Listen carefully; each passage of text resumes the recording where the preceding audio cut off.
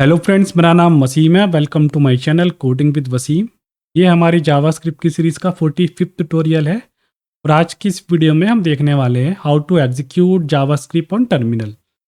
अभी तक जो हमने देखा था वो हम जावास्क्रिप्ट को जो एग्जीक्यूट करा रहे थे हम वो वेब ब्राउज़र पर करा रहे थे। तो एज यू नो कि अब जब हमने जावास्क्रिप्ट की इंट्रोडक्शन वीडियो में देखा था कि जावास्क्रिप्ट को एज ए बैकएंड लैंग्वेज भी हम यूज़ कर सकते हैं, या उसको मैं सिंपल वर्ड्स में कहूँ तो जावास्क्रिप्ट एक server side run time environment भी है because of the node JS. तो नोड जेएस को हम डाउनलोड करके with the help of node JS हम क्या क्या कर सकते हैं। हम जावास्क्रिप्ट की फाइल का आउटपुट वीएस कोड के टर्मिनल में या सीएम कमांड प्रॉम्प्ट पे कहीं भी देख सकते हैं, ठीक है। बट इसमें हम मेक श्योर करना है किन किन चीज़ों का हम आउटपुट देख सकते हैं। हम जो देख सकते हैं वो सिर्फ जावास्क्रिप्ट कोड का, जो भी ब्राउज़र से रिलेटेड थिंग्स हैं उसका हम आउटपुट नहीं देख सकते। जैसे कि डॉक्यूमेंट ऑब्जेक्ट मॉडल ब्राउज़र का पार्ट है, उसके सारे जो भी चीज़ें हैं वो चीज़ें वहाँ पे वर्क नहीं करेंगी। और ऐसे ही हमारे पास होता है बॉम ब्राउज़र ऑब्जेक्ट मॉडल, उसकी जो सारे थिंग्स हैं वो भी वर्क नहीं करेंगी। तो हम क्या क्या चीज़ का आउटपुट देख सकते हैं। हम देख सकते हैं सेट टाइम आउट का, लूप्स का, वेरिएबल्स का, फंक्शन का, एक्सेट्रा। तो चलते हैं अपने वेब ब्राउज़र पर, डाउनलोड करते हैं नोड जेएस को और हम देखते हैं कि कैसे कैसे हम आउटपुट देख सकते हैं, ठीक है। तो हम चलते हैं। नोड जेएस को हमें डाउनलोड करने के लिए सबसे पहले हमें लिखना होता है नोड जेएस डाउनलोड। यहाँ पे चलते हैं। सबसे पहले नोड जेएस के बारे में थोड़ा सा, ज़्यादा नहीं थोड़ा सा देख लेते हैं बस। नोड जेएस है क्या? An asynchronous event driven JavaScript run time Node JS designs to build scalable network applications. In the following Hello World example, many concerns can be handled concurrently. Upon each connection, the callback is fired, but if there is a no work to be done, Node.js will sleep. तो इसके कहने का मतलब ये है कि अगर simple word में आपको ये बताऊँ मैं कि Node.js एक ना रन टाइम एनवायरनमेंट है, वो भी जावास्क्रिप्ट के अंदर ही लिखा गया है। तो यहाँ पे देख सकते हैं सिंटैक्स वगैरह भी, ये सारी चीज़ें। अभी हमें इन पे ज़्यादा ध्यान नहीं देना है। हमें जो ध्यान देना है वो हमें ध्यान देना है कि हम जावास्क्रिप्ट को कैसे एग्जीक्यूट कर सकते हैं with in the terminal, on the terminal, ठीक है। तो नोड जेएस क्या है और कैसे हो, इसकी भी हम सेपरेट सीरीज लेकर आएंगे जल्दी और इसको हम कवर करेंगे, ठीक है। तो डाउनलोड करने के लिए मैं इसको, इस वाले पेज को क्लोज कर देता हूँ। तो डाउनलोड करने के लिए हमें इस पेज पर आ जाना है। यहाँ से हमें Windows installer dot MSI file कर देना है। MSI फाइल डाउनलोड करने के बाद डाउनलोड हो जाएगी, इस पर क्लिक कर देना है और आपको सिंपली नेक्स्ट यहाँ पे करना है, नेक्स्ट नेक्स्ट, और यहाँ पे इंस्टॉल नेक्स्ट टेस्ट करते जाना है। आपको इंस्टॉल कर लेना है। तो मैंने ऑलरेडी इंस्टॉल किया हुआ है नोड जेएस को, तो इसलिए मैं इसको इंस्टॉल नहीं कर रहा हूँ, ठीक है। ये तो बात हो गई विंडोज़ की, ठीक है।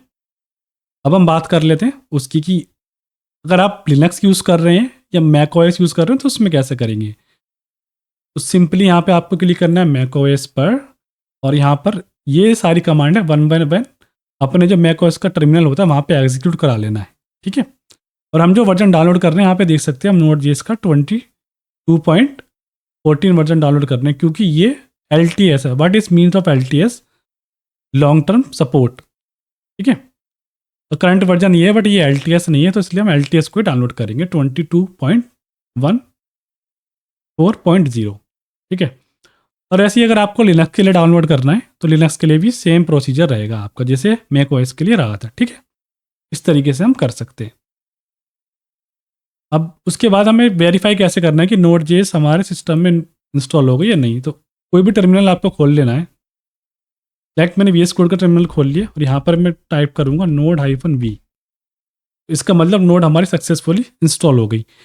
अगर आप VS कोड के टर्मिनल पर चेक नहीं करना चाहते, आप चाहते हैं कि कमांड प्रॉम्प्ट पे चेक करना चाहते हैं, तो यहाँ भी चेक कर सकते हैं। यहाँ पे लिख देंगे node-v, यहाँ पर भी आ जाएगा। अब देखना गाइस, तो अब हम कैसे कर सकते हैं नोड का यूज़। अब देखिए यहाँ पे मैं एक वेरिएबल लेता हूँ। सबसे पहले a=10, फिर मैं कराता हूँ console.log a। इसका मुझे आउटपुट टर्मिनल पर देखना, हम कैसे देखेंगे। तो यहाँ पर सिंपली हमें लिखना होता है नोड और फाइल का नाम क्या है हमारा, स्क्रिप्ट डॉट जेएस। यहाँ पे सिंपली हम लिख देंगे यहाँ पे स्क्रिप्ट डॉट जेएस और इसका आउटपुट आ जाएगा 10। ठीक है। इसी तरीके से अगर ये एक ऑब्जेक्ट होता, यहाँ पर मैं कर देता हूँ नेम जॉन, यहाँ पे एज कॉलिन 30, फाइल को सेव करता हूँ।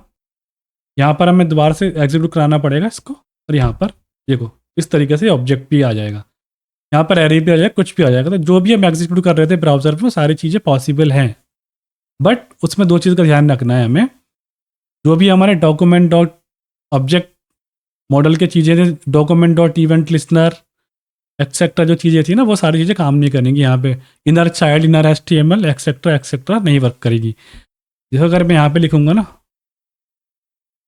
कंसोल डॉट लॉग, यहाँ पे लिखता हूँ मैं डॉक्यूमेंट, देखना यहाँ पे क्या होगा। देखो जैसे ही मैं इसको यहाँ पे करूँगा, यहाँ पर ही एरर आ जाएगा क्योंकि इसमें डिफाइंड नहीं, क्योंकि ये जो हमारी फाइल जो एग्जीक्यूट हो रही है ना गाइस, इस सर्वर साइड एनवायरनमेंट में एग्जीक्यूट हो रही है, server side not a client side, इसलिए वो सारी चीज़ें यहाँ पर अवेलेबल नहीं रहेंगी। बट इसका बहुत ज़्यादा बेनिफिट है। जैसे मान के चलिए मैंने यहाँ पे क्या काम किया, मैंने एक फॉर लूप लगा लेता हूँ यहाँ पे, फॉर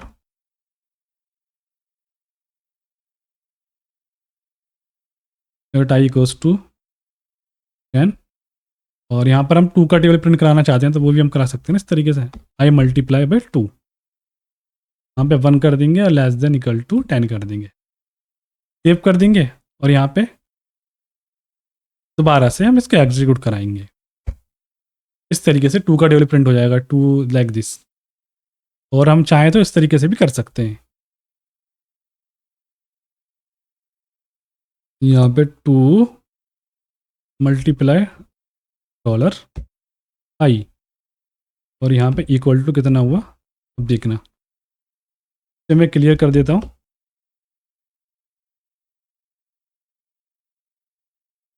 इस तरीके से कर सकते हैं। तो कोई भी फंक्शन बना के उसको भी हम एग्जीक्यूट कर सकते हैं, और भी बहुत सारी चीज़ों को हम कर सकते हैं। ठीक है। तो ये ही बताना चाहता था गाइज में कि हम उसको भी एग्जीक्यूट कर सकते हैं टर्मिनल पर with the help of Node.js JavaScript को। ठीक है। तो इस तरीके से भी कर सकते हैं। तो आपने और भी ट्यूटोरियल्स में देखा होगा कि टर्मिनल पर जावास्क्रिप्ट कैसे एग्जीक्यूट कर रहे हैं। तो मैंने स्टार्टिंग में इसलिए नहीं बताया कि ताकि हमारे अच्छे से हैंड्स ऑन हो जाए, तो लास्ट में मैं इसलिए आपको बता रहा हूँ। अच्छे से हमने हैंड्स ऑन कर लिए, हमने प्रोजेक्ट भी दिखाया था लास्ट वीडियो में, और भी बहुत सारी चीज़ें हम जावास्क्रिप्ट में कवर कर चुके हैं। और हाँ एक बात और, जो भी सारे फंक्शन है जैसे जो dot split, dot array push, like dot to string, type of etcetera, वो सारे के सारी चीज़ें यहाँ पर वर्क करने वाली हैं। बस दो चीज़ वर्क नहीं करेंगी, डॉक्यूमेंट ऑब्जेक्ट मॉडल और ब्राउज़र ऑब्जेक्ट मॉडल, क्योंकि हमारे जो यहाँ पे कोड एग्जीक्यूट होता है, वो सर्वर साइड एनवायरनमेंट में एग्जीक्यूट होता है, विच मीन्स ये सर्वर साइड में एग्जीक्यूट होता है। ठीक है। वो सारी चीज़ें यहाँ पर वर्क नहीं करेंगी। बाकी जो सर्वर साइड से जितनी रिलेटेड थिंग्स है ना, वो सारी की सारी चीज़ें यहाँ पर वर्क करेंगी। ठीक है। अब यहाँ पर कोई भी फंक्शन देखो, यहाँ पर जैसे मैं एक एरे ले लूँ, तो आपको बताऊँ, एरे ले लिया हमने। ठीक है। एम्प्टी एरे लिया, और यहाँ पे हमने कर दिया एरे डॉट पुश 1, यहाँ कंसोल कर दिया। देखो यहाँ पे क्या आएगा, 1 आ गया ना मेरे पास इस तरीके से। और यहाँ पे देखो अगर मैं इस ए को ऐसा ले लेता हूँ 10, और यहाँ पे देता हूँ मैं टाइप ऑफ, और इसको हटा देता हूँ। ठीक है।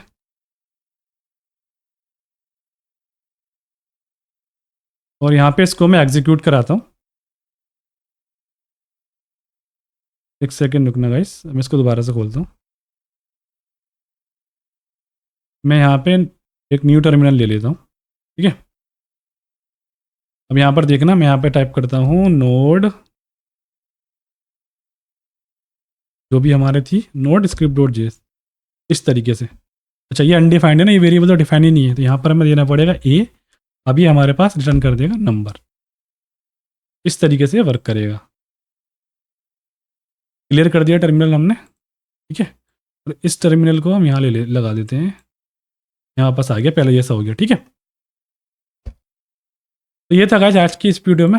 आई होप आपको हमारी वीडियो पसंद आई होगी। अगर आपको हमारी वीडियो पसंद आई है तो चैनल को सब्सक्राइब करें, वीडियो को लाइक करें, कमेंट करें। Thank you guys, bye bye.